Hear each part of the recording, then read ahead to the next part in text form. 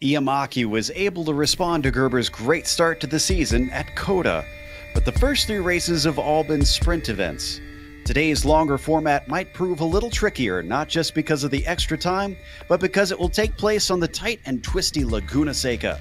Drivers in both classes will need their heads on a swivel as the action is expected to be fast and frantic.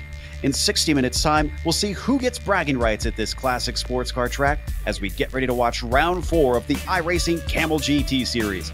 And you'll see it all live here on the Global Sim Racing channel and the iRacing Esports Network. Hi, I'm Joe Peak, and with me in the booth is Nick Schmeg. Behind the scenes is our director, the Dr. Amjad Yaman, and he's using cameras provided by Dougie Beard. Nick, this circuit seems to be a divisive track when it comes to driver opinions. I always seem to hear that people either love it or hate it. Indeed, Joe, there are differing opinions about this track, but one thing is for certain. Sometimes here in the Kamel GT series, we go to tracks that these vintage race cars never went to in the real world when they raced in IMSA a few decades ago. But other times, we go to a racetrack that just kind of feels like home for these cars, and today is one of those times. Today we race at WeatherTech Raceway, Laguna Seca. The name Laguna Seca comes from the Spanish for dry lagoon, which the venue here was constructed around in 1957, giving it that unique shape. There's a 180-foot elevation change here, and many of these 11 turns feel like a segment of a roller coaster ride through the desert, most iconically the harrowing corkscrew, which is so steep it looks more like a skydiving experience than a racetrack. Many major series have come and gone here, like MotoGP and IndyCar even returning this year, but sports cars have always ruled the Central California circuit. The track here in Monterey County spans about 2.25 miles, or about 3.6 kilometers. And to get a better look at what the drivers are up against today, let's send you down to the track for the GSRC lap guide.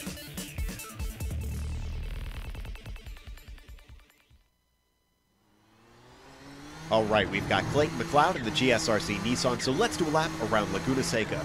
Up and over the crest towards the Andretti hairpin. This is probably going to be the best place for a pass on this track. But watch out for the lack of grip offline and the downhill entry to this double apexer. It'll be easy to outbrake yourself. From there, you'll drift it across the track and line up for the braking for turn 3. The radius tightens on the exit, so be careful about how early you try to get on the power. Then, you only need to light down on the brakes for turn 4. A lot of drivers catch the dirt on the exit and find themselves spinning into the tires to the right. Up next comes turn 5, which sometimes offers a chance to pass, but the compression from the rise in elevation and the banking makes this a pretty rapid corner. And then there's the terrifying turn 6, which has ended more races than I can count over the years. Thread the needle as best you can while carrying speed, and then plant your foot as you fly up the Rahal Straight. This leads into the incredibly blind braking for the corkscrew. It's part practice, part muscle memory, part guts. Easy with the right pedal on your way down because the turbo lag will be nasty coming out of there. After that, you'll swing it through rainy curve with its late apex and pull it back across the track to set up for 10. Chuck it in hard, down to the bottom of the banking, and then bring the car to the right for the final hairpin. This is honestly the next best place to overtake other than Andretti, but yet again, it's a slow corner, so accelerate with caution. Hopefully you've kept it all together and have now finished a lap around Laguna Seca.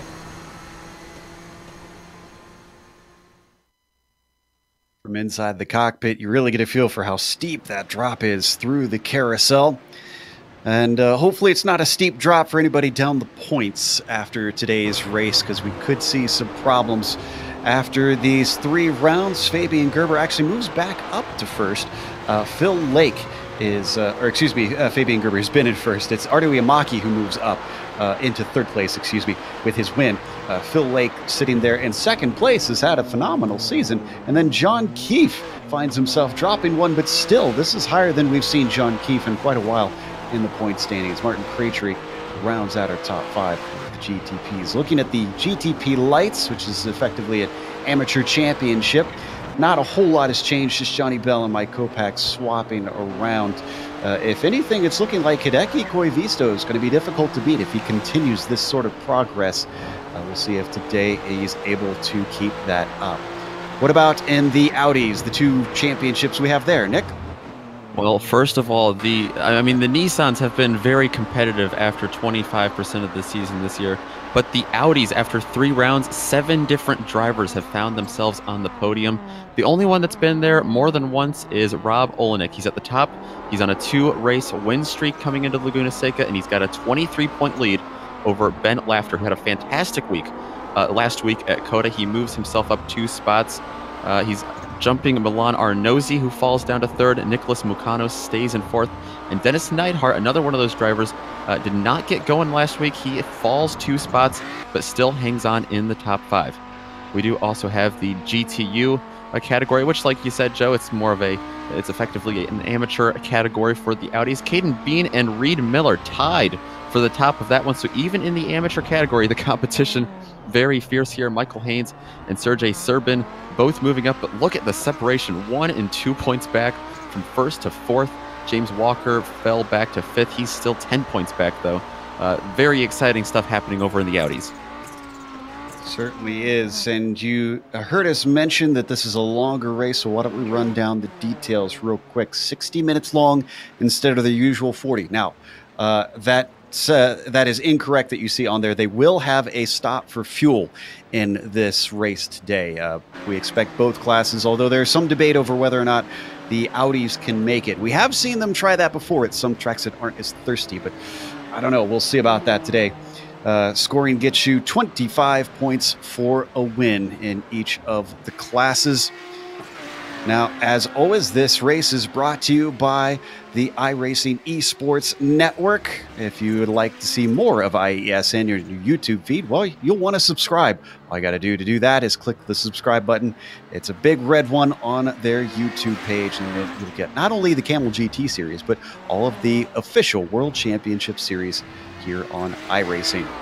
Looking at the times that we're getting put in, Yoni Hagner there in the GTOs is our pole sitter provisionally. Fabian Gerber up in the GTP class is our pole sitter up there. Interestingly, I did see John Keefe made a big mistake on his first lap, so this is going to set him backwards if he can't get the second one to count, which he's just completing right now. The Hoosier crosses the line. And it is a 1:14.2. Excuse me. Oh, I guess it was his warm-up lap that he screwed up. So the number 16 car will get 2 laps in. And you got to be so careful here because it's so easy to pick up an off track here, and that would disallow your qualifying time. So easy to stick just a wheel out into that dried up grass or the gravel here. Milan Arnozzi sitting in third, and he's slowing down for some reason at the end of his second lap. Definitely wasn't faster, so that 22.2 will stand as his fastest, and he actually gets bumped to fourth. Either Olenek or Trangray that disposed of him, not sure which. Laughter currently sitting in sixth. Kevin Binkley in eighth down there in the GTOs. Almost all of the GTPs are already done. In fact, I think all of them have put in the lap except for John Keefe, just finishing his second one. We see Binkley up and over the rise through turn one. This is Tanner McCullough getting his first time lap in. And apparently that one did not count for Tanner. Must have had an off himself. Now, with the pit stops playing a part in this race, Nick, one thing I always feel like drivers maybe want to pay attention to is this right here, Hideki Koivisto. You saw him coming into pit lane and also coming out of pit lane. I mean, what a unique entry and exit this circuit has.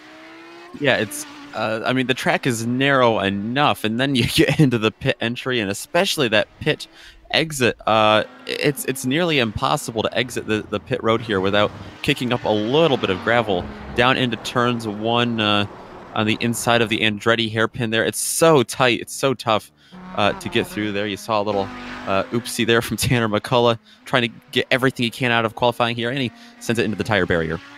Well, the bad news for Tanner is that was, since his first lap didn't count, that was his last chance, so he will not have a lap time. He'll start from the back.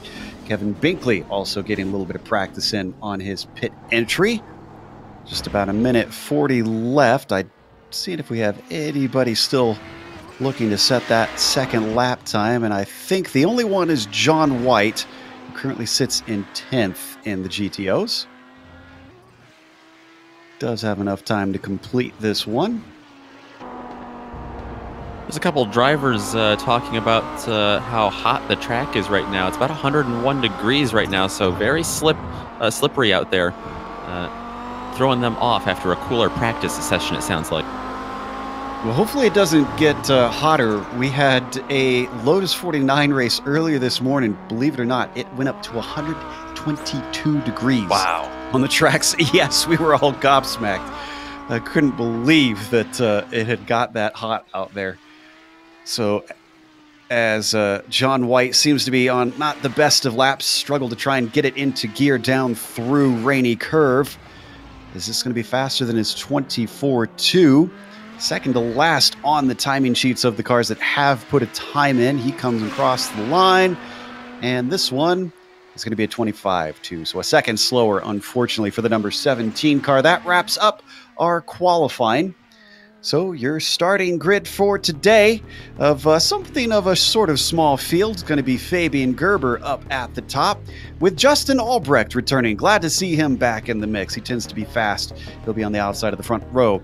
Philip Lake will start P3 with Ardo Iamaki starting in 4th. Fabian Jungbluth will be P5 as the green drops with Vance Bow starting 6th. John Keefe managed to get himself into 7th, with Johnny Bell starting behind him, P8. Don Peak in the dizzying heights of P9, and Hideki Koivisto behind him in 10th. 2 cars did not get a time in the GTPs. That's Ryan Lang and Javier Romero. Yoni Hagner, your winner in the season opener at Road America.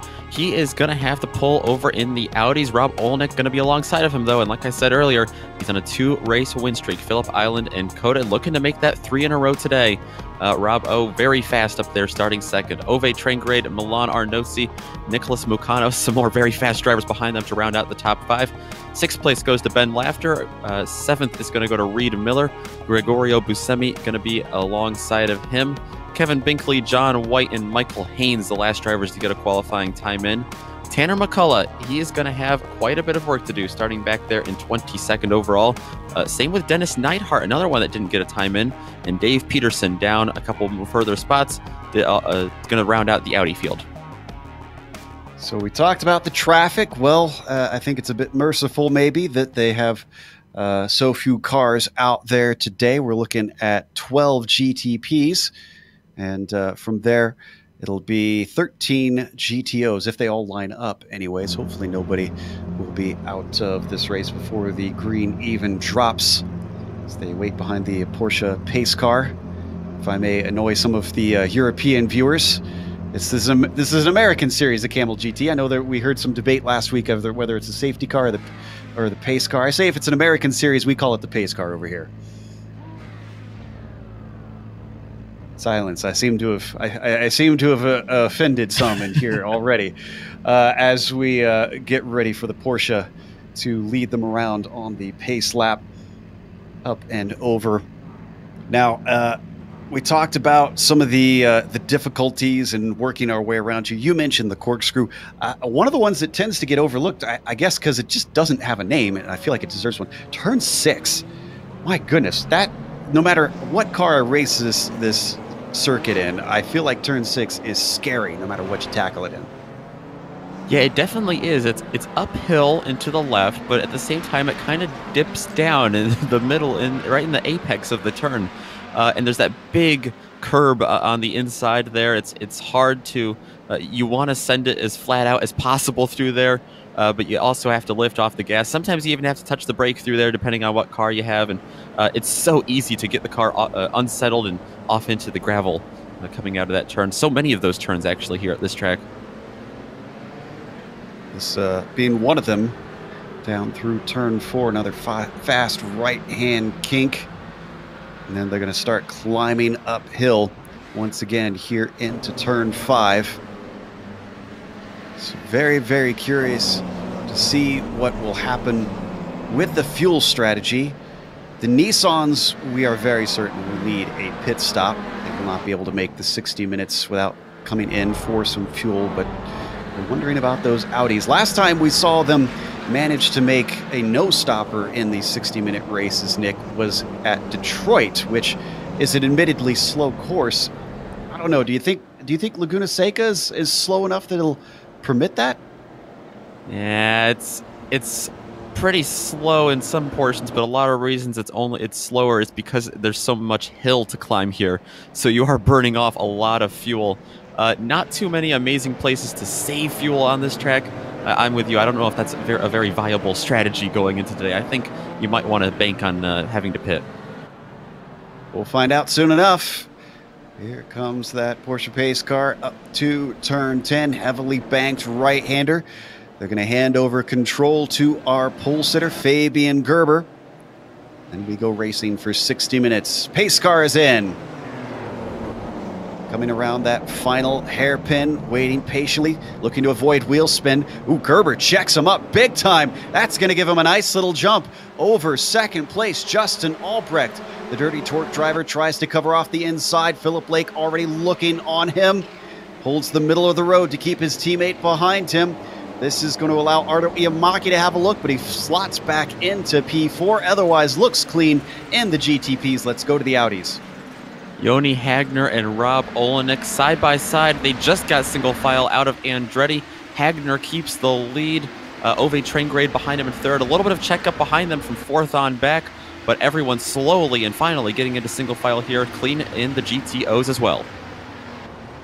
Nice start from both classes. Now things get a little bit dangerous up into the upper part of the circuit. On these cold tires, anybody going to have problems? Looks like the Nissans are clean through turn 6, now into the carousel, plunging down the hill. And it looks like everybody taking it nice and easy on this opening lap.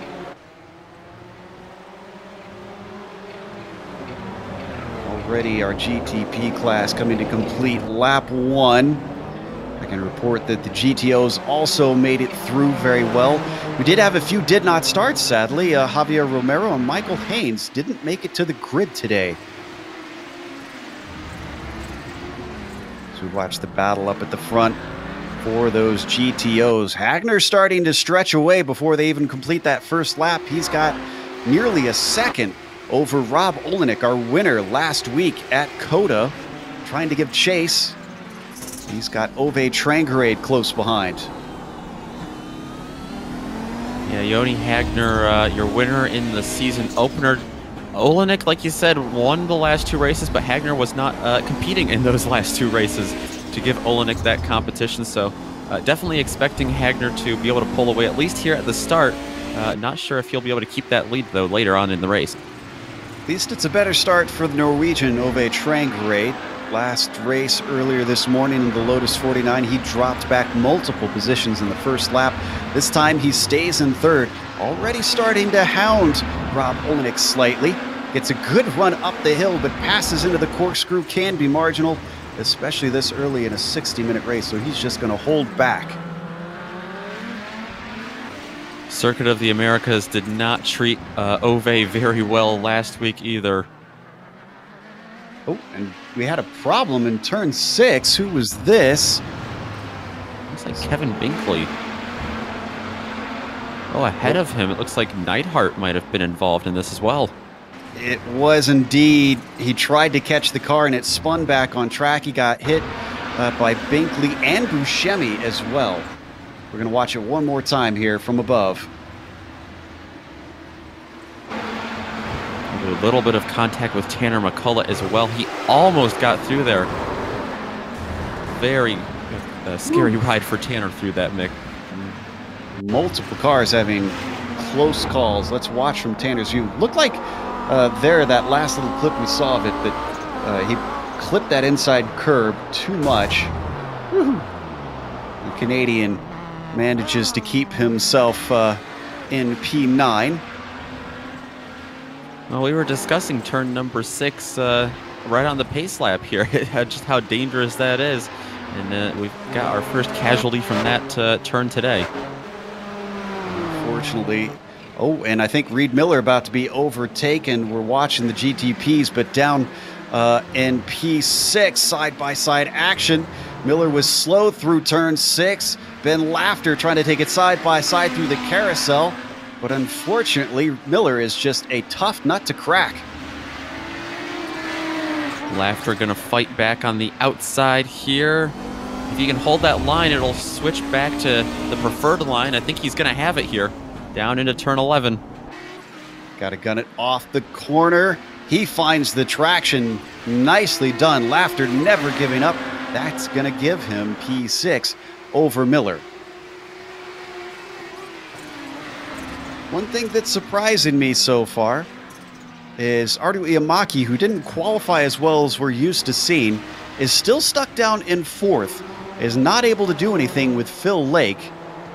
For being the winner last round and for being last season's champion, the number 3 car looks like he struggled a little bit today. Yeah, and he's not applying a great deal of pressure either to a Phil Lake in front of him. He's just kind of riding around there in 4th. Hard to tell if he's pushing as hard as he can right now, or if this is the pace he's got. He is closing in a bit on Lake there through the Andretti hairpin.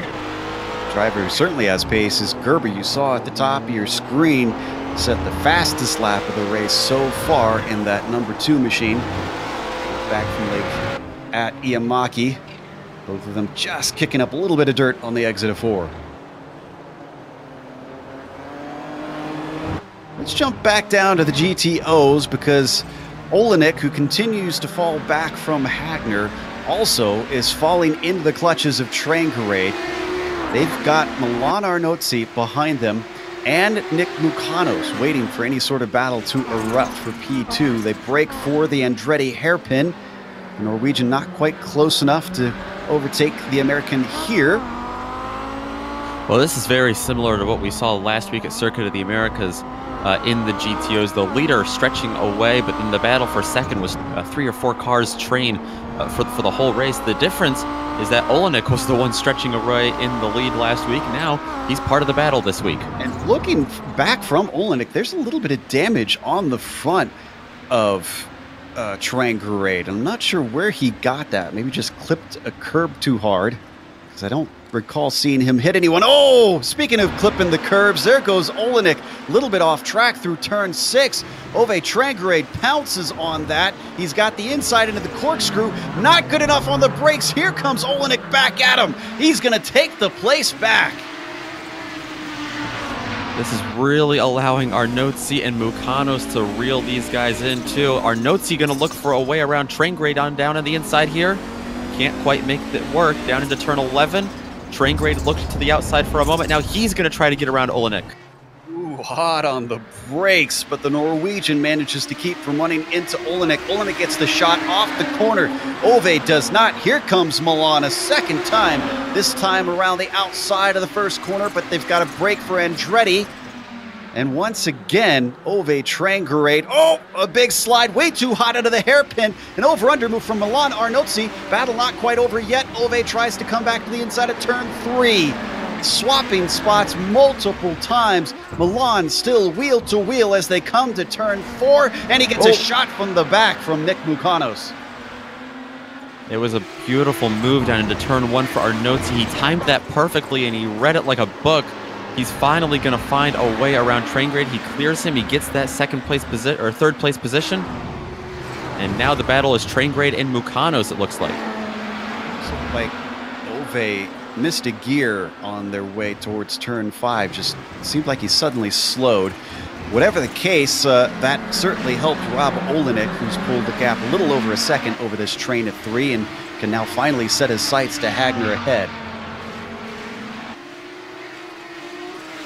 Not missing much up in the GTP class. They've all kind of spread themselves out with their own piece of track. This is really where the action is, right at the top. Oh, and unfortunately, just as I say that, looks like Phil Lake overtakes Albrecht for second. Was this traffic, maybe? It was indeed. Didn't take the Nissans long to catch the tail end of the Audis, did it? Oh, he just picked the wrong side.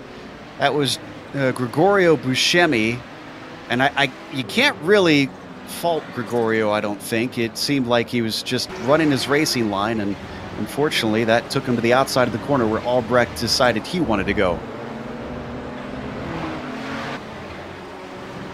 Yeah, this track provides so few options in ways of getting out of the way of the oncoming Nissans from behind you, but That being said, Albrecht not losing a whole lot of ground to Lake. It looks like he's even starting to reel him back in a little bit. He's got it down under a second. These teammates all the way off the track from Phil Lake, really stretching the limits as we ride on board with Fabian Gerber. He's dealing with a lot of traffic right now. That's Mukanos, Trangrade, and Arnotzi, who we were watching earlier, battling for P3. He is going to go around the outside of Mukanos. This time it works for him, slicing through the GTOs. Fabian Gerber making good on the pace of this Nissan to the inside of Arnotzi, and now he's past the thick of it. Everyone else going to try to go by here on the front stretch. It looks like at least the top 3 Nissans make it through there cleanly. Ardo Iamaki making his way through now down into turn 1. Might get a little hairier for him. And unfortunately, that's Rob Olenek, who is another dirty torque driver. He's not going to play any nasty team tactics, though. He lets the rival team through. Phil Lake and Justin Albrecht now sneaking by. Unfortunately, and ironically, it cost his own teammates more. You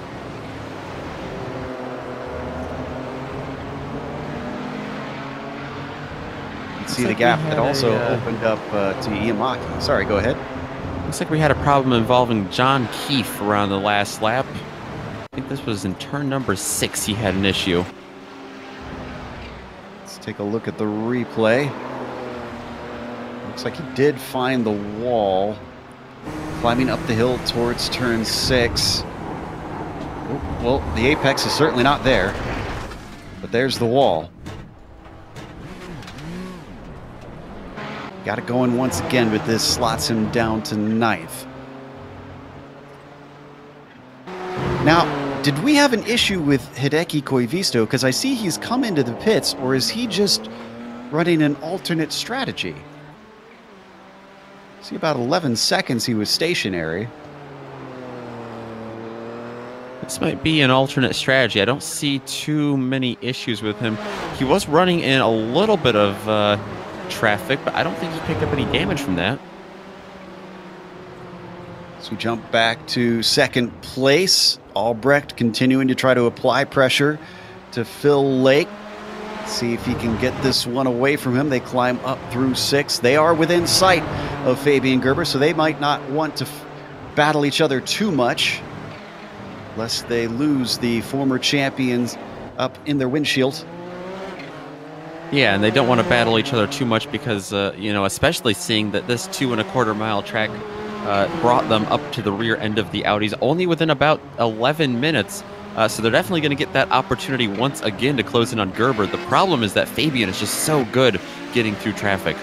And speaking of traffic, we've jumped back to the mid-pack here in the GTPs. That's Vance Bow having to go around the outside of Arnotzi while dealing with Fabian Jungblut climbing all over the rear wing. Doesn't see a chance to pass down into the final hairpin. They've got Olenek ahead of them, but I think they should be able to overtake that Audi on the front stretch. This is a battle for 5th between Bow and Jungblut here. Jungblut working his way through. He's not going to get by Olenek there. Maybe here. Not quite. Gets up alongside of him. This is certainly helping Vance Bow, as that gap, which was about 0.3 of a second, gone up to nearly 2 seconds between these two cars.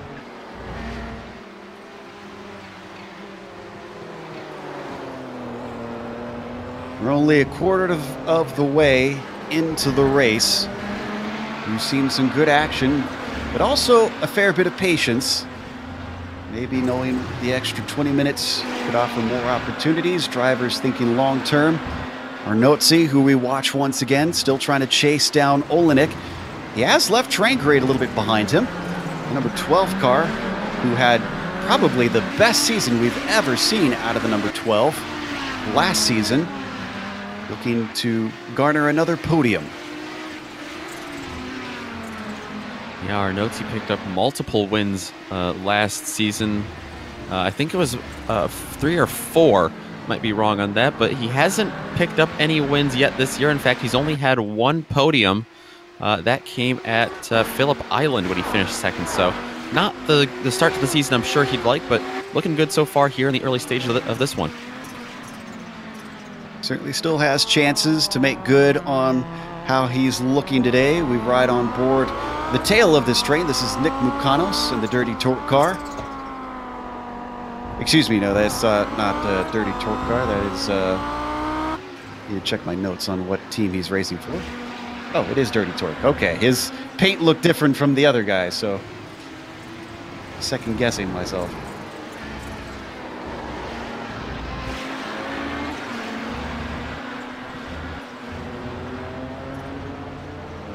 Well, so far, it's been only the likes of Hideki Koivisto to try an alternate strategy.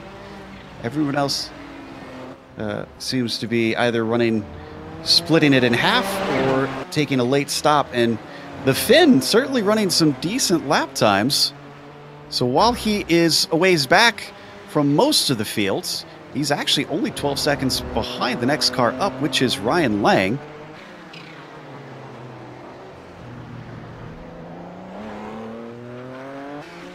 You see Lang currently P10, who himself has a big gap up to John Keefe. Lang himself must have had some big problems because we know Keefe has had a run-in with the wall at one point earlier.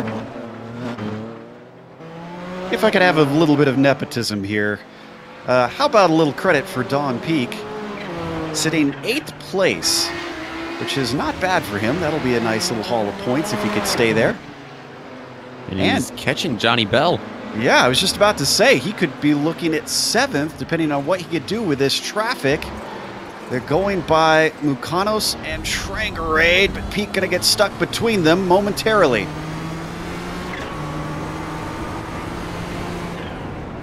Now he's able to sneak through. That unfortunately cost him about a 1.5 seconds up to Bell, the number 23 car, managing to give himself some breathing space. Taking a look at this battle now with the Audis, Milan Arnozzi and Ove Trangarade, but a few spots behind him. Trangarade holding off Mukanos right now. This is all happening behind a Joni Hagner, who is over 8 seconds ahead now from second place Rob Olenek. Something about those fins, especially when you put them in a four-wheel drive Audi. It's almost unfair as the number 1 car continues to extend himself over every single other driver, if I could speak today, in this GTO field. And a side-by-side battle happening now between Trangarade and Mukanos behind them as well for 4th in the Audis. Looks like Trangarade going to hold on for the time being. A little damage on the front of that 9 car. We spotted that a little bit earlier. Still not sure what caused it. We're right on board with Mukanos, who continues to try and find himself a way by. He's gaining now with a good run up the hill, but he runs out of racetrack by the time they hit turn 6. So that won't leave him a chance to pass quite yet. And again, this is all for P4 that we're watching. You can see how harsh the drift for these Audis is into that corkscrew. It's so scary going through there with all that weight. We know Ove likes to drift the car as well. Not afraid to get that thing sideways.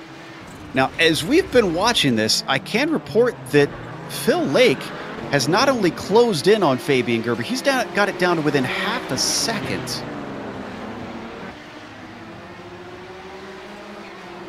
And he's pulling away from Albrecht. Now, this might be traffic, actually, which they're coming up to right now. Reed Miller just not in a good spot for our leader.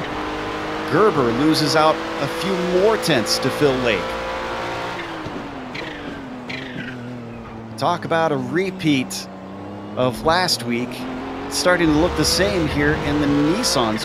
Phil Lake was trying to get the lead away from Gerber and did for briefly at Coda. Just unfortunately couldn't keep it together.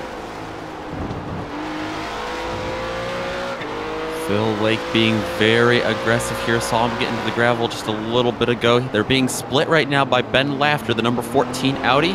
That's going to slow Phil Lake down a little bit here. All that progress lost. Whew. Things get a little sketchy through turn 6, but everyone makes it through clean. And Justin Albrecht, his teammate, not super far behind him either in third. Now, to tell you of the incredible pace of all these drivers in the top 4, that includes Iamaki behind these 3 we've been reporting on, they have 19 seconds back to Vance Bow, who's in P5. They are demolishing the rest of the field.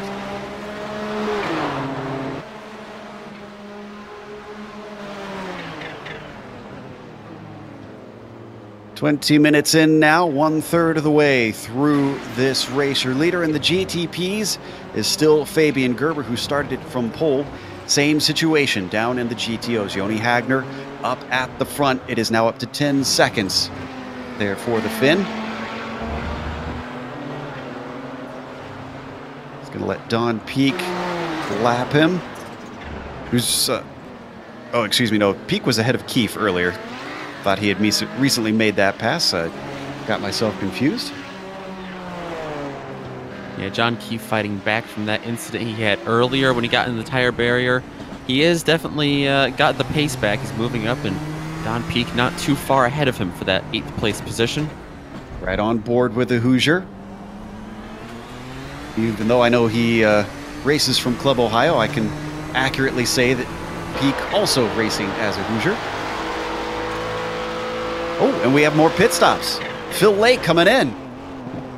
He was getting chased down by Justin Albrecht. It was under a second between them. Maybe he decided this was a good time to get out of the traffic that he was in, take a scheduled stop. Yeah, about 21 minutes in. The length they have left is about the length of a normal race here in Kamel GT, a normal sprint race, 40 minutes. So let's see if Phil Lake can stretch it this far. Which makes me wonder, because Koivisto, let's see, 9 laps ago, that was quite a bit ago. That was really early, it seems. I don't know if he'll be able to make it. Phil Lake is already done and back out. He's actually side by side with McCullough right now, and he's going to want to try and get ahead of him. He does, so that'll keep him clear of a little bit of traffic, allow him some time to put some hot laps in.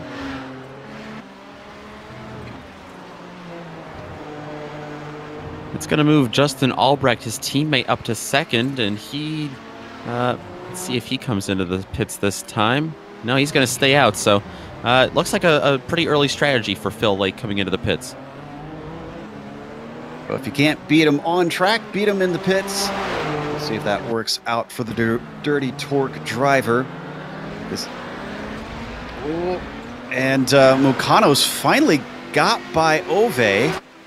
Let me see if this was recent. This was right down very to turn recent. 10. We're going to pull up the replay, and Ove just was... Oh, did he miss a shift? He might have. He was on the outside there, it looked like. I thought it almost looked like he was slow enough to be headed towards the pits, really. Oh, slow down penalty. Yep, we just saw it right there. He's trying to hand it back as safely as he could. That was easy pickings for the Californian. Well, he's fighting back right now, though, on track. Come back live. Oh, he's got a good run, but maybe too good of one. Oh. Hold on to it. Car nearly going away from him out of turn 6. Maybe pushing a little too hard. A little more conservative down through the corkscrew. Let's see if he can get it gathered up in the carousel. Not close enough to attack here in 10. Maybe give himself a good shot in the arm. Coming down to the final hairpin. No, he's going to stay on the racing line and work for it elsewhere.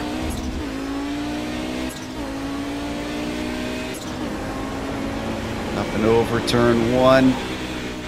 Down into the Andretti hairpin. Still having to wait patiently. We are seeing that difficulty in passing bear out here at Laguna Seca. Most of these passes we've watched have been down to driver error. Yeah, we kind of had the feeling that this would be the case here at Laguna Seca. Such a tough track to pass at, such a tough track to defend your position from as well.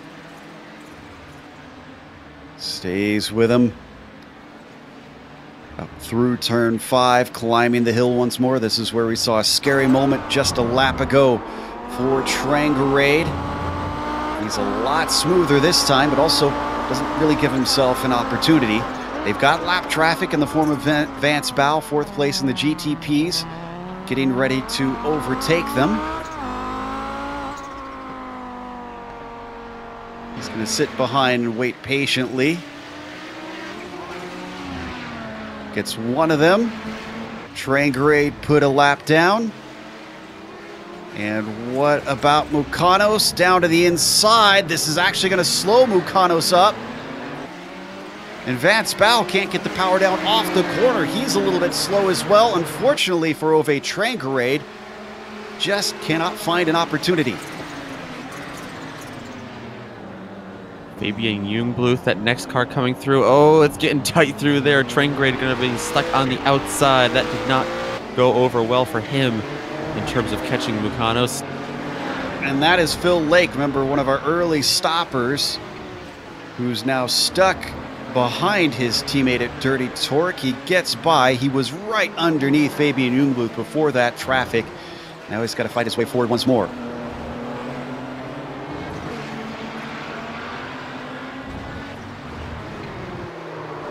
Going to come upon more of them. Milan Arnozzi up ahead. Oh, and that is Vance Bow, actually. Jungbluth has run down the 4th place driver. So this might be a 3-way fight for P4. As indeed, Bow's got to defend here. It'll be interesting to see if either Bow or Jungbluth choose to pit here. Jungbluth's got a lot of speed, though. I'm sure he doesn't want to come into the pits right now. Bow might bow out of the competition here, though. And I almost think now would be a good time for Jungbluth to come into the pits, see if he could jump him. In the meantime, Phil Lake does not have that option. He's got to do this on track. They sneak by Rob Olenek. He's now on top of Jungbluth. Once again, both of them completely off course. They get back on without any dramas. Phil Lake diving to the inside, down into turn 5. Finally gets that pass done with a little wobble from Jungbluth, just for good measure. Lake now back into the top 5. Yeah, and we saw Lake pit earlier in this race. I wouldn't be surprised if him getting stuck up in all this traffic allows Albrecht to jump him once he makes his pit stop for 2nd.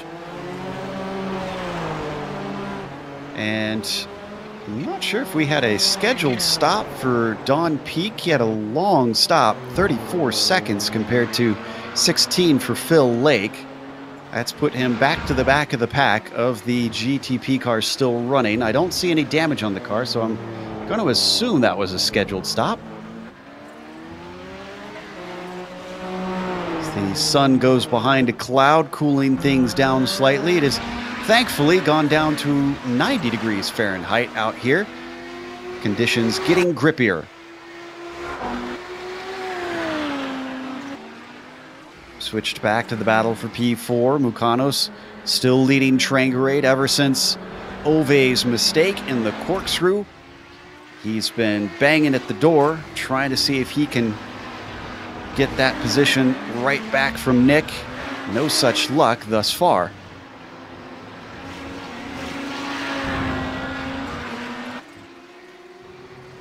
Yeah, this seems to be the closest battle on track right now, especially in the Audis. Everyone ahead of them has really spread out. Huge gap in between Hagner and Olenek for the lead, and Arnozzi all by himself as well for 3rd.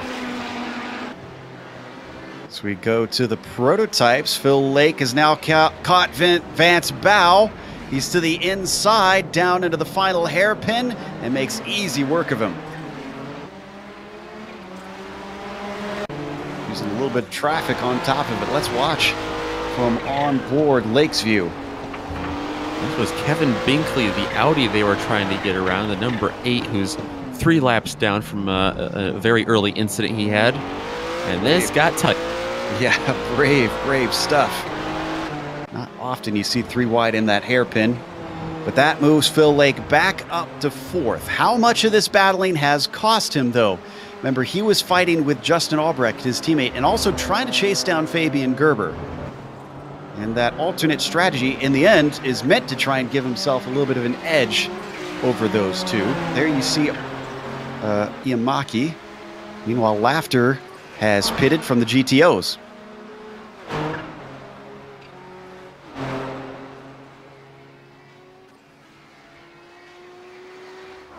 Taking his tires as some more of the cars get by. McCullough's going to overtake him as he exits his pit stall. This is our overall leader that we're looking at, the number 2 of Fabian Gerber. We're now past halfway in this race as well. We are indeed. Pit stops, I think, are going to become more and more prevalent now. If they know they can make it this far, they'll be able to make it to the end with 1 stop easily. So it'll all depend on when you want to come in and who you come in with, or if you're jumping anyone on track. Yeah, I suspect traffic will play a part in those decisions. We look at Justin Albrecht. He's heading towards the pit entry, but will he come in? Yes. Yes, he does. So he comes in before Gerber does. He stays out on track. Iamaki also stays out on track, and the next car back is Phil Lake, who made his pit stop much earlier. Yeah, Lake all the way on the other side of the circuit. He's hitting the corkscrew. He also has lap traffic in front of him. That's Hideki Koivisto that he's quickly approaching. Albrecht in his stall, taking his service. Lake just coming around to finish the lap as we ride on board with the UKNI driver. More traffic. Tanner McCullough. Koivisto in a horrible spot for him. And Albrecht is just getting out of his stall now. This actually worked out fantastic for Phil Lake. And that's really surprising to me because Phil Lake, I mean, he's had so much traffic to deal with too. Absolutely. Justin Albrecht, who was within a few tenths of Lake before the stops, is now a whole 4 seconds behind. Albrecht comes out a little bit in front of where Vance Bow and Fabian Jungbluth are continuing a bit of a battle. They are separated by a few car lengths right now, but Bow has taken that spot back. And those two have not pitted yet, so they will relinquish some of that small gap. Ooh, good run up the hill for Jungbluth, but he can't do anything with it. Fortunately, the traffic causing him to have second thoughts about trying to go on the attack on Bow.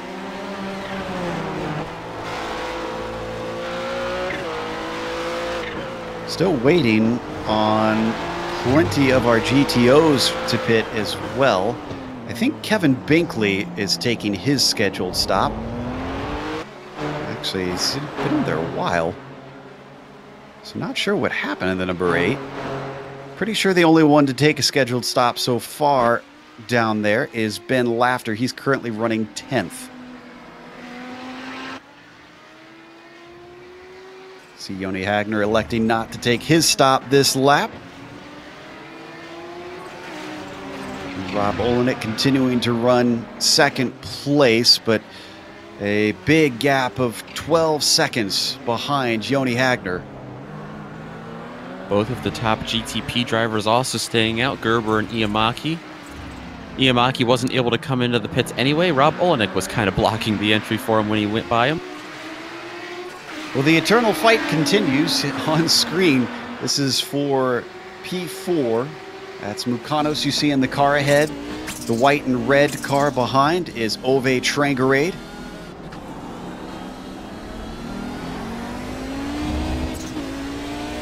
Haven't seemed to be able to get away from one another since the green flag dropped, even though they have swapped positions at least once. Yeah, They've stuck right together throughout this whole race. It'll be interesting to see what their pit strategy is, if anyone can jump them or if they come in together. If I was Ove, I think I would try to jump him. I would try to come in absolutely. now. They're going to get lapped by Johnny Bell.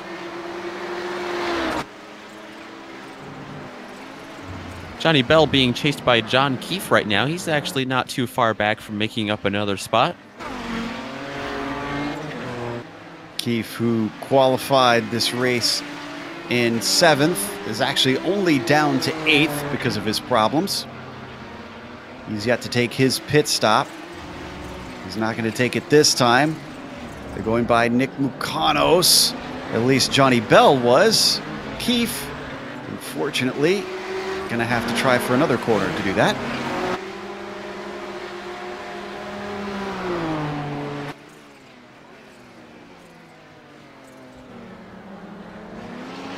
"24 minutes left to go on the clock now."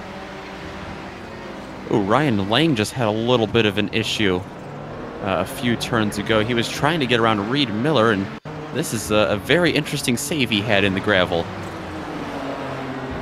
Here we go. You can see him climbing up towards the corkscrew. Is in Rainy Curve. He's been right on board with the Illinois driver. Yeah, once he got down out of the corkscrew, coming into this turn, I believe. Whoa. Wow, that car snapped quick, but cat-like reflexes for Ryan Lang. Yeah. Keeps him in the race, though positions were lost.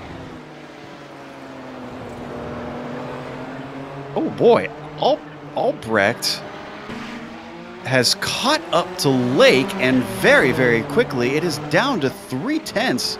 I'm not sure if this was traffic or what happened here. He has indeed. Ahead of them, Ove Trangerade is headed into the pits. Taking our advice. Number 9 going for a scheduled stop, we believe. Oh, Rob Olenek in as well. Olenek taking tires. And Vance Bow also taking his stop. That'll actually free up Fabian Jungbluth. Remember, he was pressuring Bow for a number of laps. Ove in for a lightning 11 seconds. Did he take tires? Because we saw other drivers go up on the jacks. 16 seconds for Laughter and Olenek. You know, I'm guessing that's the difference then. Now, I'm not sure if that's going to be a wise decision, though, because it's only 5 seconds shorter, and these tires can go away on the Audis. Can he keep the pace up on old rubber and manage to not lose 5 seconds worth of time? Well, hopefully he got enough fuel in the car as well. And I mean, if he starts battling with Mukanos once again, by the way, Nick Mukanos also coming into the pits now with Milan Arnozzi. If he gets battling with Mukanos once again, I think Mukanos is definitely going to have that advantage if he takes tires here.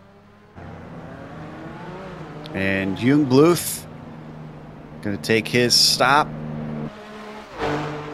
As he trundles down the pit lane, he was battling with Vance Bow, who's coming to the corkscrew right now. There we see him on screen, having to put another lap on John White. And interestingly, Don Peak is a lap down, so that's not for position. You see Vance flashing his lights at him. Looks like Arnozzi elected not to take tires there as well. And oh my goodness, Jungbluth, half the time that the other cars around him took in the pit stops. Everybody else looking at 16 and 18 seconds. Jungbluth in there for 9. So that is easily going to allow him to jump Vance Bow.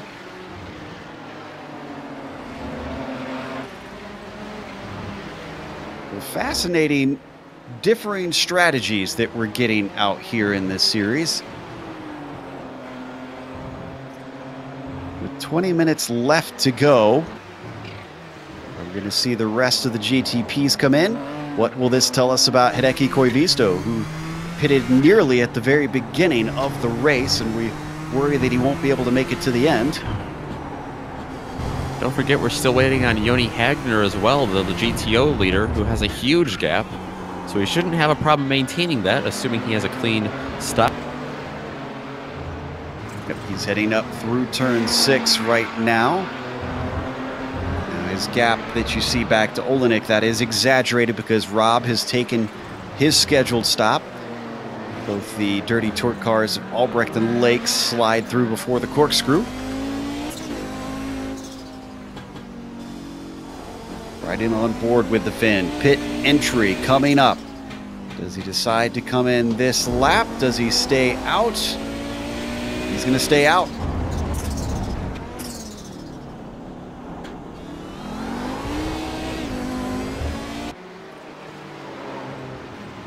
So what does this do for everybody else now? We're waiting on Gerber, Iamaki, Bell, and Lang to take stops in the GTPs. The GTOs were waiting on Hagner, Buscemi, McCullough, and White. Everybody else has taken at least one stop.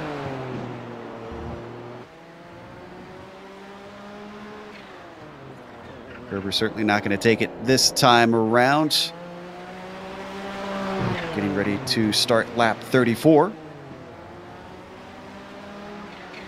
Iamaki staying out as well in second. And Gerber certainly seems to have the legs on Iamaki today. Look at that 11-second gap between them. This is Phil Lake sitting down in third, our highest pitter right now. But certainly not alone. His teammate Justin Albrecht keeping tabs on him from behind. And we were wondering if Albrecht would be able to jump Lake in the pits. He was not able to. He came out far behind him, so this has been a mighty fine charge for Albrecht to get up here to the back of Lake. Speaking of cars getting to the back of each other, Mukanos, remember, oh, and Ovi Trangerade's in the wall. Trangerade's tires have given out.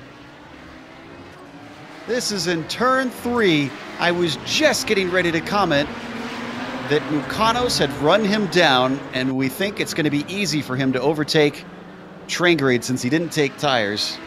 I didn't think it would be that easy, though, as we watched the replay. It was a bold strategy. You see the tires just not enough grip. He gets out into the dirt and the dried up grass there on the left of the track and just lost it hard into the wall. And that's not the tire barrier either that he went into. That's the hard concrete barrier. Lots of damage on the front of that 9 Audi.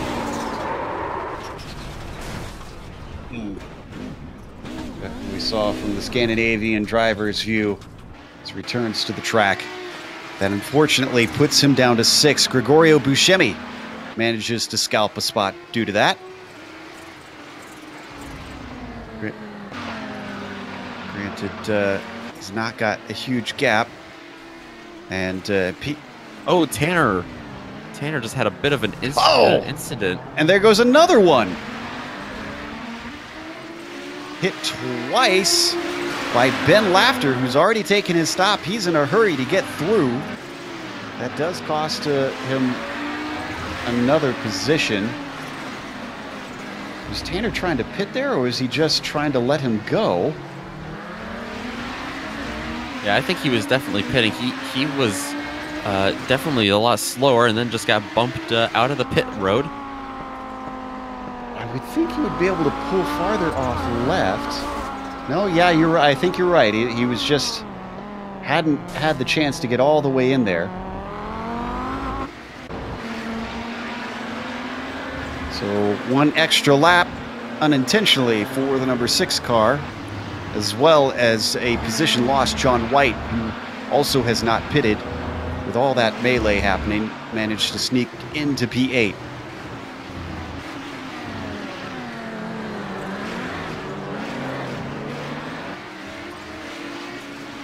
"16 minutes left to go now."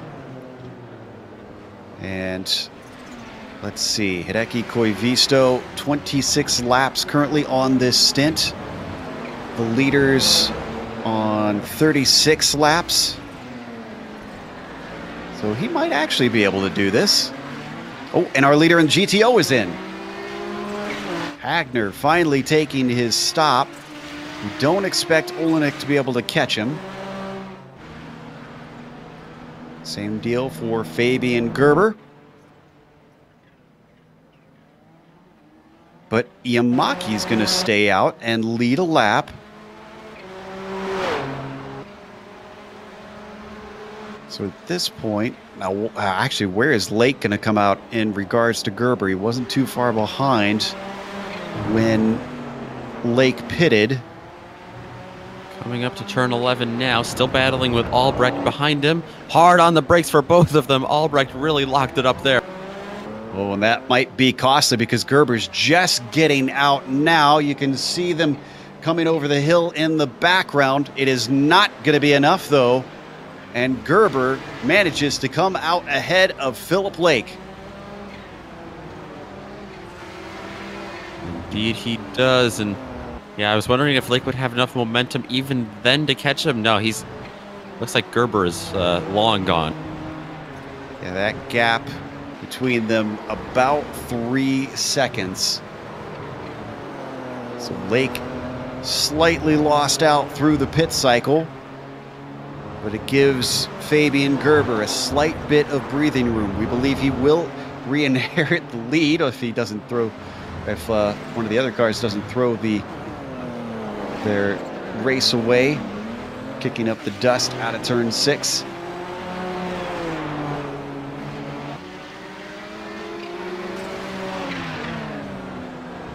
Having to go by the leader in the GTOs, Joni Hagner.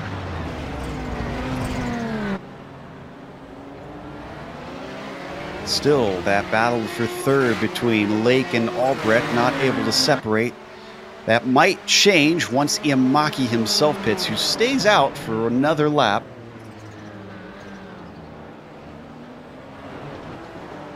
Down to 13 minutes to go. Really getting to the tail end of things.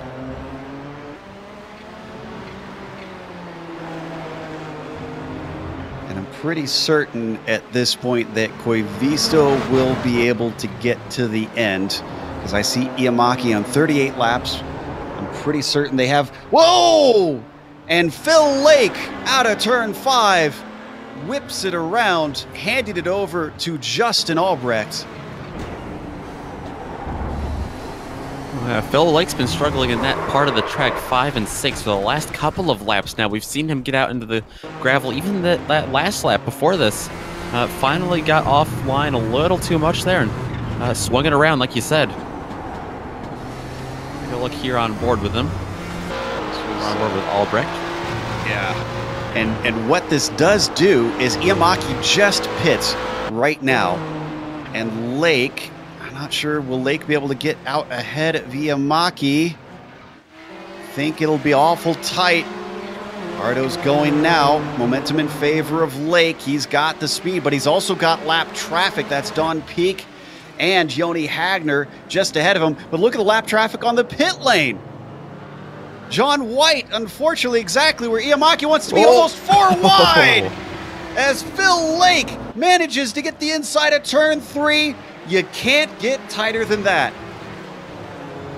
We've seen 3 wide a couple times today, and that's been very bold, but 4 wide coming out of the pit lane, that was something else. Iamaki's got a lot of pace, though, here. I definitely think he's going to be able to close in on the back of the Lake. When will he try to dive down and take that position, though, if he can get there? He fell off just a little bit. Can we get a replay from above of that pit exit? Good job for all drivers involved to avoid calamity in that one. Everybody being really heads up. There you can see them coming around to the hairpin. What horrible, horrible timing for Iamaki for that Audi to be right there. Wow. Hagner probably watching from behind going, you guys don't wreck, just don't spin in front of me. I got a good lead, I don't need this. So another car coming out of pit lane. That's Gregorio Buscemi that you see finishing his stop. Tanner McCullough, the only one that we're waiting on at this point down in the GTOs. Johnny Bell. And who's that? Oh, and Don Peak having problems. Looks like turn 3 for him. Now he managed to keep it out of the wall. Yeah, he had a nice little way too much there curb to get out of the wall. That orange curb not playing nice with the bright blue car. He returns in P10, but about 46 seconds behind Ryan Lang, so not really in the hunt for any more positions. And Joe, you mentioned that we're waiting on Tanner McCullough right now to come into the pits. Hearing some word that he is trying to stretch this as far as he can and maybe trying to avoid a pit stop. It's a bold move, a bold strategy, but we know Tanner likes to pull off a lot of those types of racing strategies as well, so wouldn't be surprised if he's able to get that done. It's going to be difficult, though. We'll see how it plays out, Cotton. And the number 6, currently sitting P7. He does have Reed Miller right behind him, so Reed has taken his stop. If he's not saving fuel, it might be easy pickings for him to get by into 7th place.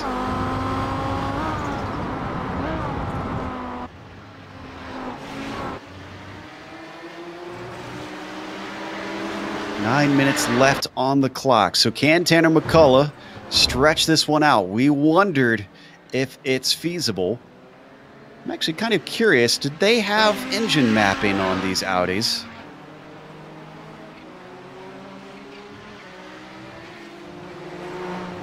I'll have to ask after the race to see if that was part of it for Tanner. Already you can see that Miller's closing in. Very strong the latter half of this course. 4/10 between them. Up and over the hill. He's closing in slightly. Oh, that looked like a big lift into the hairpin for Tanner McCullough. Yeah, he's definitely doing everything possible to stretch this another 8 minutes and 20 seconds, and however extra he needs to complete that last lap as well.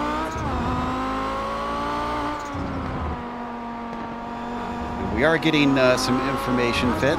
No, they do not have engine mapping on the Audis.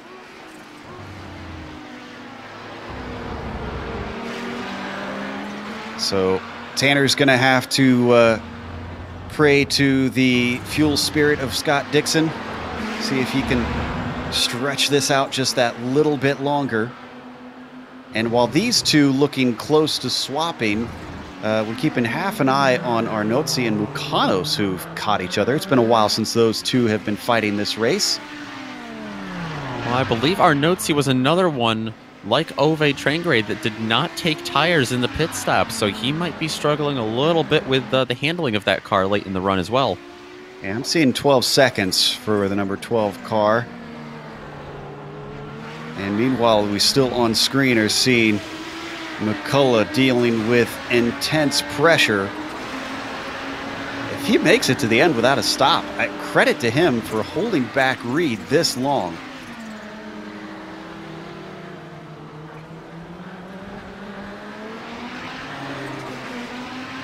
Working their way now through turn 3 up to 4. I'm also watching to see if anything happens between Mucanos and Arnozzi. They're actually splitting apart, so don't need to go there. Lap traffic getting in their way. Ever closer behind the rear spoiler of Tanner McCullough. Reed Miller through turn 6, maybe looking to get himself a run. That was very smooth up the hill. Is he brave enough to try a pass into the corkscrew? He's going to try and make it side by side. And it doesn't pan out. Oh, Tanner McCullough still slow. Off the corner. Was that a missed shift from McCullough? I think it may have been. Oh, and prototype side by side. Phil Lake, Ardo Iamaki This is where they were side by side before, out of the pit lane.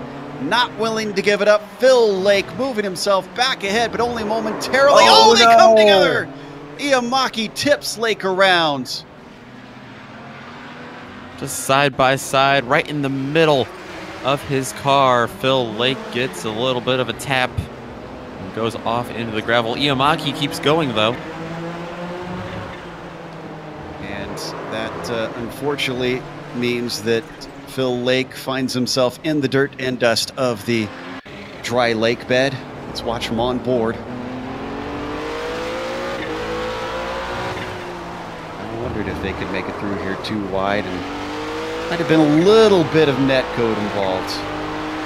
That's the risk you take when you run that close to each other. As that was happening, Gerber's not having it all his own way this race. Justin Albrecht down to within a second of our multiple-time champion. Yeah, Phil Lake's Dirty Torque teammate, Justin Albrecht, has really made great ground on this second stint here and really closed this gap for the lead. This traffic certainly not doing any favors for the leader. Whoa! And that traffic, of course, even going off completely with Albrecht coming through. That was John White trying to keep from getting involved in an incident. We ride on board now with second place Justin Albrecht. That, unfortunately for Justin, gapped him to about a second and a half, losing a little bit of time.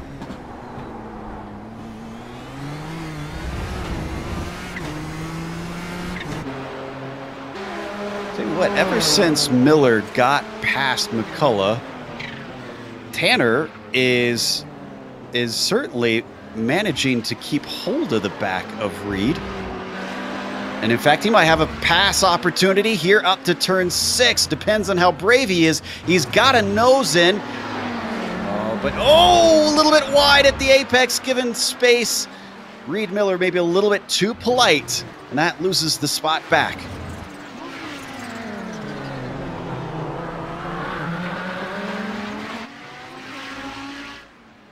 Tanner better hope that all this fighting is not sucking up more fuel in the car. He's got to make 3 more minutes.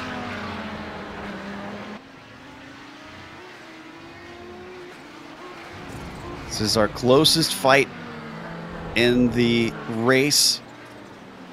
The battle for first is separated. And, Arnozzi and Mukanos still close together. This is for a podium position up the hill. Remember, Mukanos on fresher tires.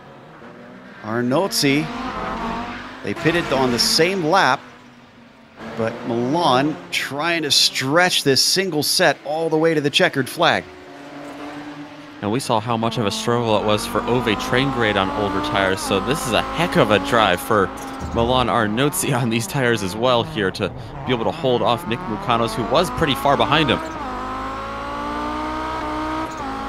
And the number 12, who might not get a win today, is desperately clinging to a podium finish to make it his second of the season.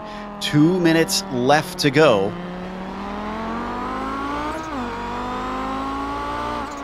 Mukanos just stalking him for the moment,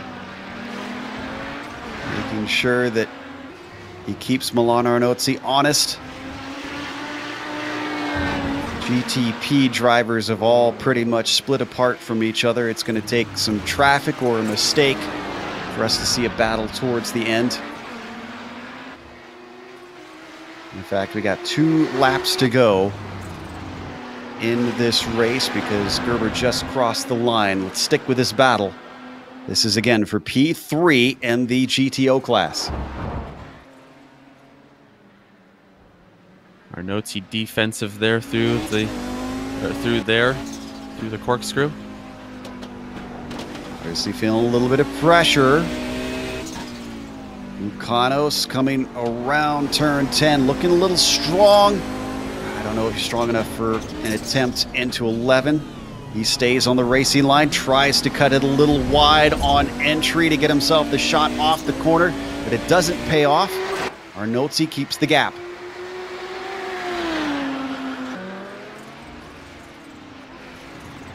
Takes a wider apex into turn 2 as well, but look at the run that Mukanos can get on him. Arnotzi able to accelerate a little bit better off the turn. Oh, McCullough. Oh, boy. What happened here? Oh, no. All that fuel saving comes to naught. Did he actually run out of fuel? He goes a little wide here, and then he suddenly slows up the hill. I think he also had a... Looks like he caught the gravel on the outside. Well, all that's happened as Gerber gets ready to come to the checkered flag. The white flag is out. Oh, and we've got enough time. There was some side-by-side action with Mukanos and Arnotzi.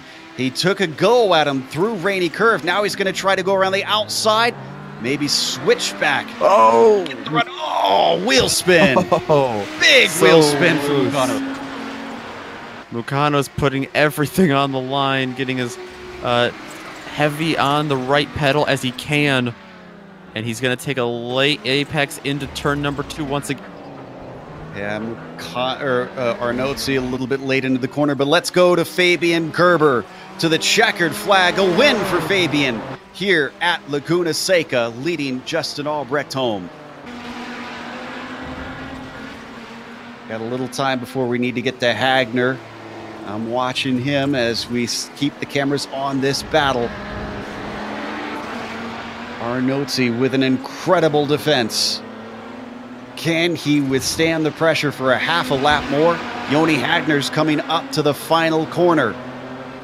A dominant performance from the number 1 car. With a little bit of showmanship off the final corner, Hagner takes the win in California. Rob Olenek should be able to hang on for a second place, but for third, Arnotzi was able to stretch away through the corkscrew a little bit. It looks like that number 12 car on old tires throughout this whole race is going to be able to hold on. He's just got turn 11 to go to hold off Mukanos. And he doesn't get through there amazingly, but he's going to make it work, it looks like. As Mukanos goes wide, he will take P3. And a slow car, that was Ryan Lang. He must have run out of fuel on the final lap.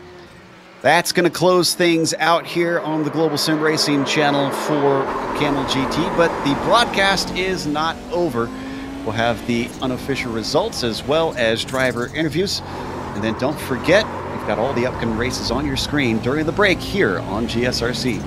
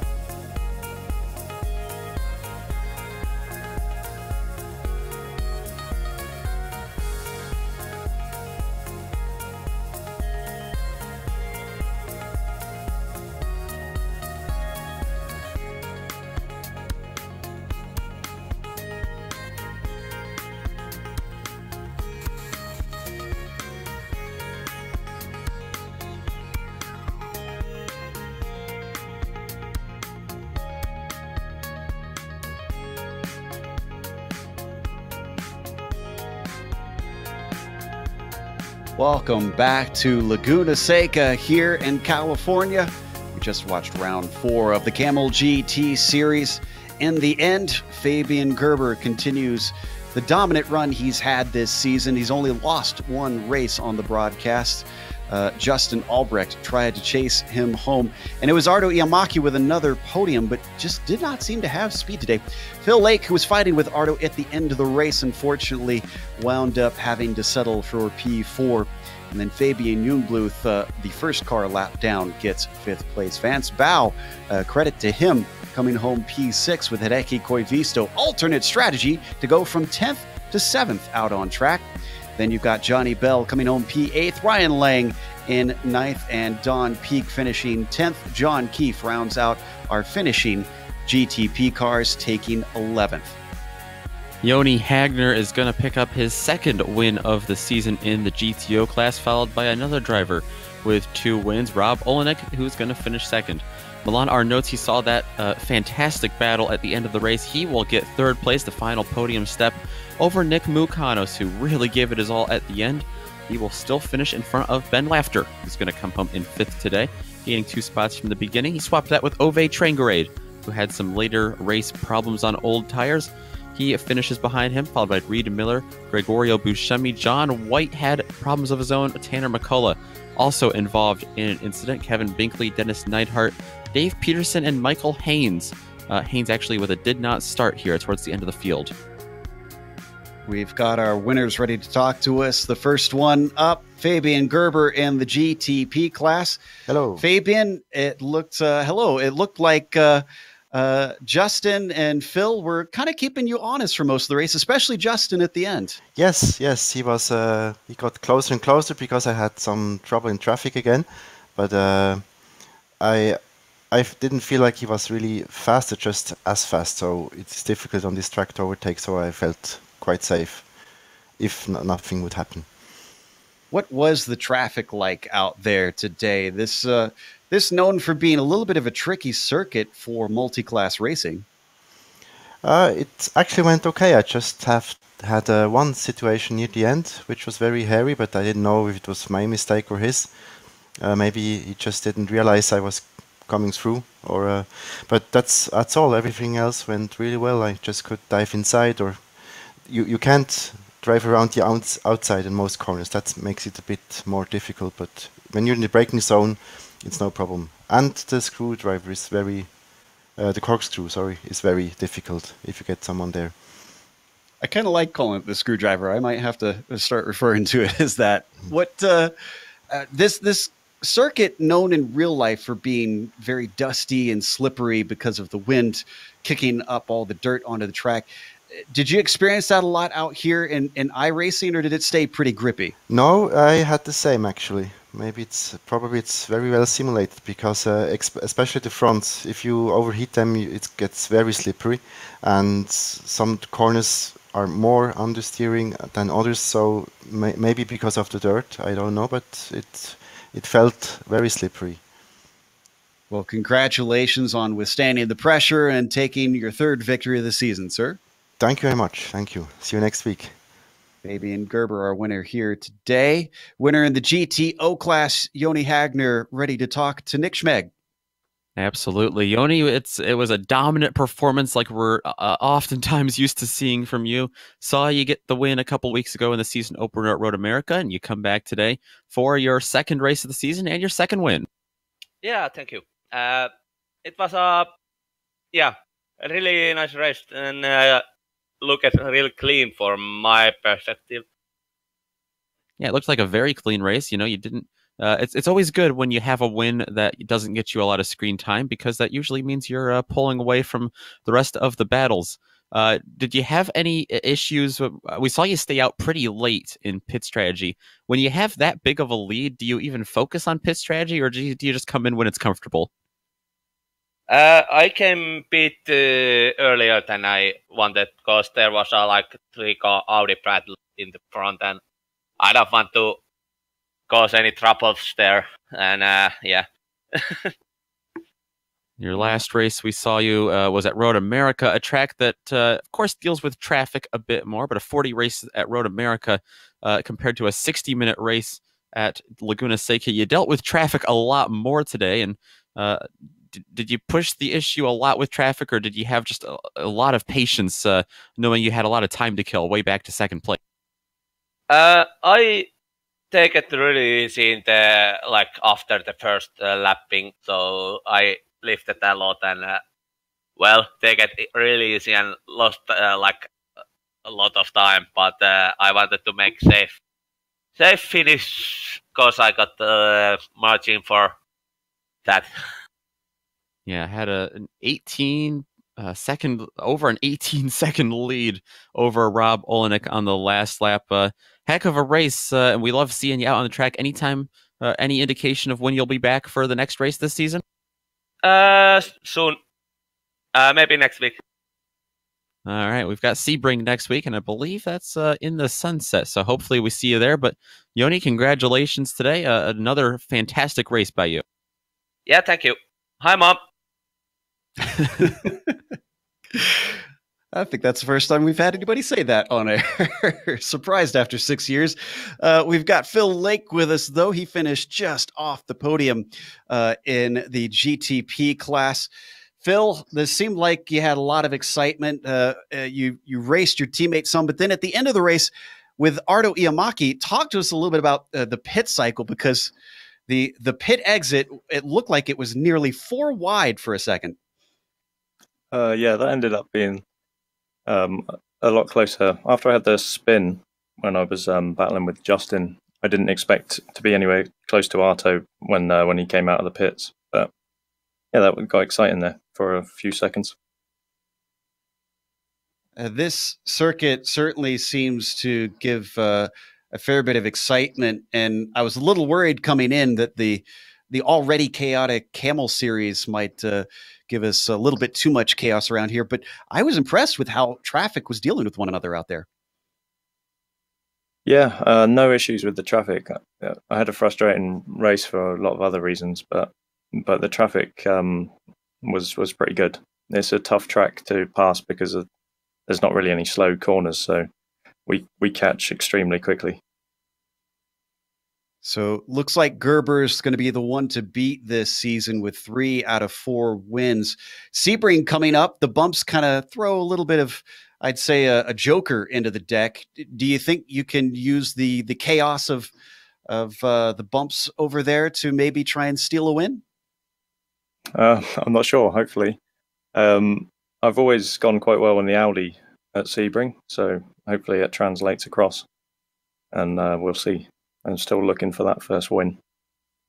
Well, you certainly seem to have the pace, just need luck to go a little bit more your way. Congratulations, at least on a 4th place today. Yeah, thanks, guys. It's Phil Lake in the GTP class. One more to go. We've got Ben Laughter talking to Nick Schmeg.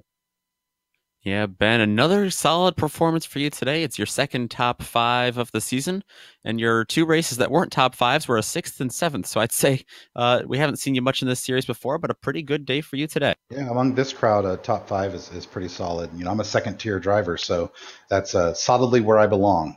And fun race today, really clean, really respectful. I only had one incident where I didn't understand that Tanner was saving fuel, and I got up in his rear end. But other than that, really clean, really good race.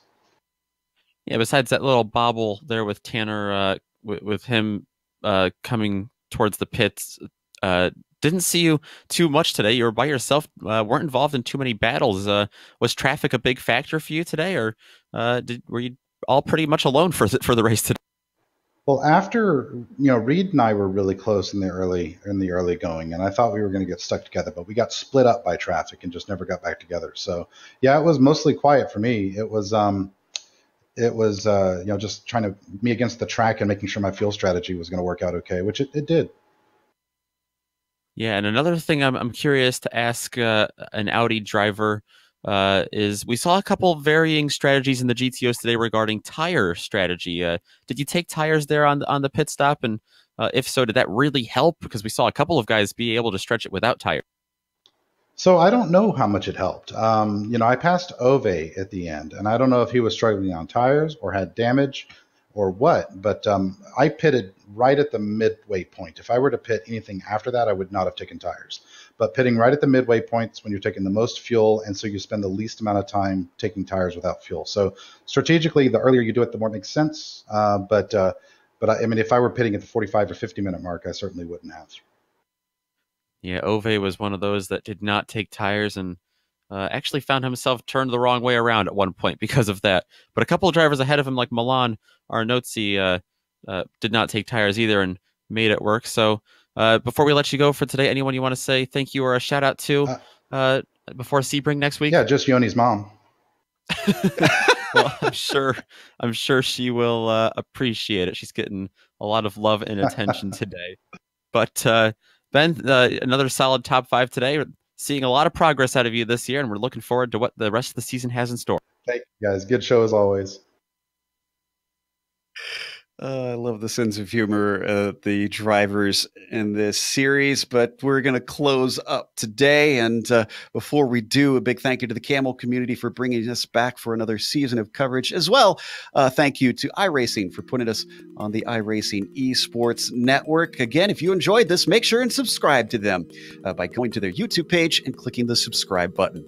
Thanks to the companies that provide the software and hardware for our broadcast listed here on your screen. And additional thanks go out to June Lalonde, who provides our wonderful music. See the screen for how to get a hold of more of her great work. Thanks to the team today, Nick, Amjad, and Dougie. If you'd like to find out more about GSRC, including upcoming races, you can find it at globalsimracingchannel.com. We're also on social media. You can find us on Twitter at GSR Channel, Facebook at Global Sim Racing Channel, and Instagram at GSRC_Graham. The next race, as we mentioned, we're heading across the country over to Florida, Sebring, Saturday, April 13th at 1 p.m. Eastern. We also have upcoming races for other series listed on the screen, so check those out and mark them down on your calendar. But until next time, race clean, race hard. We'll see you on the track.